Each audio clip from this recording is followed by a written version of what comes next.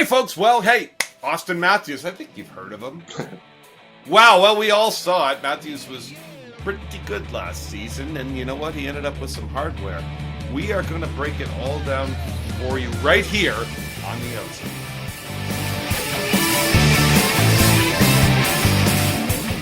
You're in the offensive zone, your place for Leafs hockey. Hey, folks. Welcome to the OZone. That's Coach. That's KD, and I'm the Devo. We're here to talk all things Leafs. Look, before we get into it, like the video, subscribe, share it. Most importantly, leave a comment right down below. If you got something to say, we're going to share it right here on the OZone, and we need it for our content. So listen, folks, in case you haven't heard, Austin Matthews is pretty good. He won the Hart Trophy. We did predict that a few months ago as the most valuable player. He also won the Ted Lindsay Award for most outstanding player. And these, of course, go along with his second Rocket Richard Trophy for most goals in the season. It's pretty remarkable stuff. It's rare air, if you will. He had a tremendous season, and he's still young. He's got more to go, I'm sure. But I'm pretty sure there's a piece of hardware that he would be more inclined to be winning right around now and playing for right now. Listen, KD, what are your thoughts on Austin Matthews' big wins here? Oh, it was fantastic. I mean, I've never been really so excited to cheer for an individual player. You know, like I tend to cheer for my teams. Don't have many of them, and I want the teams to win. But certainly, I was stat watching and as well, and scoreboard watching, and I was cheering every time he was in first place in goals, and I was tracking how many he was going to get in the year. Like I got swept up. I got swept up in the Matthews wave, and it was great. It was really enjoyable to be in. So. Fingers crossed, like we get many more years of this. But I certainly will be pleased watching the next two for sure.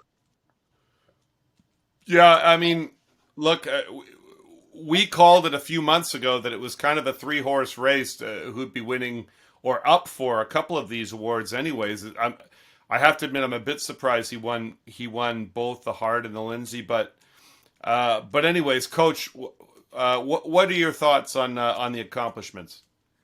So, guys, I remember the draft lottery when we tanked. Remember the Peter Horacek year? Horrendous, right? So we come last, and my wife was having a little get together at the house, and I peeled off, and she's like, "Yeah, but we got people." I'm like, "I gotta watch this. I'm a Leaf fan. You know we're not gonna get the number one overall pick." And then we did, and I went crazy. And he's been better than I ever could have expected, going nuts that we got the number one pick. Yep. What a tremendous career so far. And the year he had, right? So I'm with you on, cheering for him, especially when he went to 60. But what did we see out of him? Best defensive player, forward on the team, one of the best in the entire league. I think he was second or third in the league in takeaways. Yep. Really imposed his will defensively. Over 100 points. He's not a passer, right? He's a scorer. Right. So for him to get 104 points, that's legit. Without really a top scorer, a goal scorer on his line, that's tremendous. But 60 goals, he had a stretch where he had 51 goals in 50 games throughout that year. Remember, I mean, I called every single game 4-3 win, 34 scores. I was right like half the time. Yeah, it was crazy. Let's remember too. He missed 8 games. Right. He could have been right up there around 70 if he had a whole full season. He scored at about a 70 goal pace. Yeah, it's nuts. And by the way, the year before the COVID year, he scored at a higher pace, and he could have had tons then too. Remember, he had an outside shot at 50 in whatever 62 games or something. I can't tell you. It's such a pleasure to watch him, Mike. I'm effusive in my praise. Yeah, so this is the loaded question I'm going to ask you guys, and I know, just knowing both of you, that we're gonna get into some fun stuff here, but I'm gonna cut things off at 1967 after our Cup years, or the Leafs Cup years. So we're gonna keep it relatively modern. So at least most people at least on this pod, will remember seeing the names that might pop up in this conversation. But is Matthews the best Leaf? Why and why not? So I'll start with you, Katie. So I want to stress. I'm going to maybe define it this way. I think there's a potential difference in the greatest of all time and the greatest to ever play. So the greatest to ever play is at their best. They were the best at that time. So if we were to say the Toronto Maple Leaf franchise, and I'll go back. I mean, granted, I didn't see it, but I'll think about it, or just look at it as far as stats go back and say, and certainly for my lifetime, he is the best to ever wear a Leaf jersey. At his best, no one else was better than him.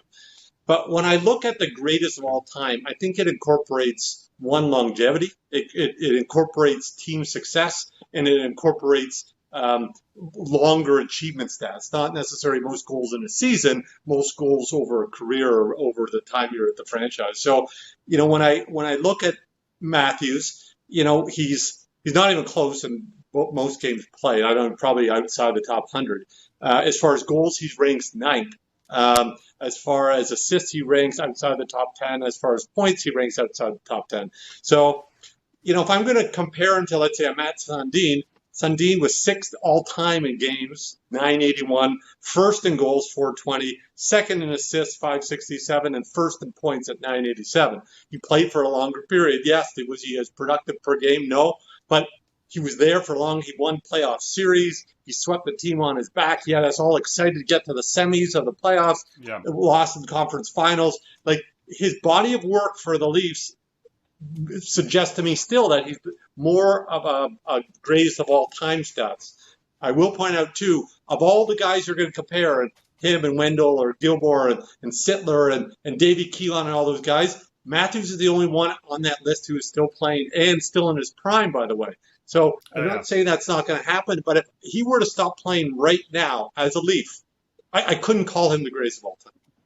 No, I think that's I think that's fair, and I think we're getting into one of those great era comparing conversations in sport where you're comparing Muhammad Ali and Mike Tyson, which obviously is impossible. But Coach, what do you think about KD's stance here relative to Matthews? Well, I think he's right in that based on how you define greatest Leaf of all time, that kind of leads you down one path or the other. So, Kev defines it a little differently than I do, and he wants to see longevity, and he wants to see playoff success as part of his criteria. Kev, fair to say, right? Yep, those are the two things you want to see. So, I think those things are valuable, and I think he does get there, even if he only plays the only 2 years left that he's got on contract, then he goes to the desert or wherever. Longevity is an issue if you look at a guy like Bobby Orr, right? He only played 8 seasons. He's the best defenseman of all time, and it's not really even close, I don't think. But he only played 8 seasons. So Mike Bossy as well. Mike Bossy. Yeah. Right?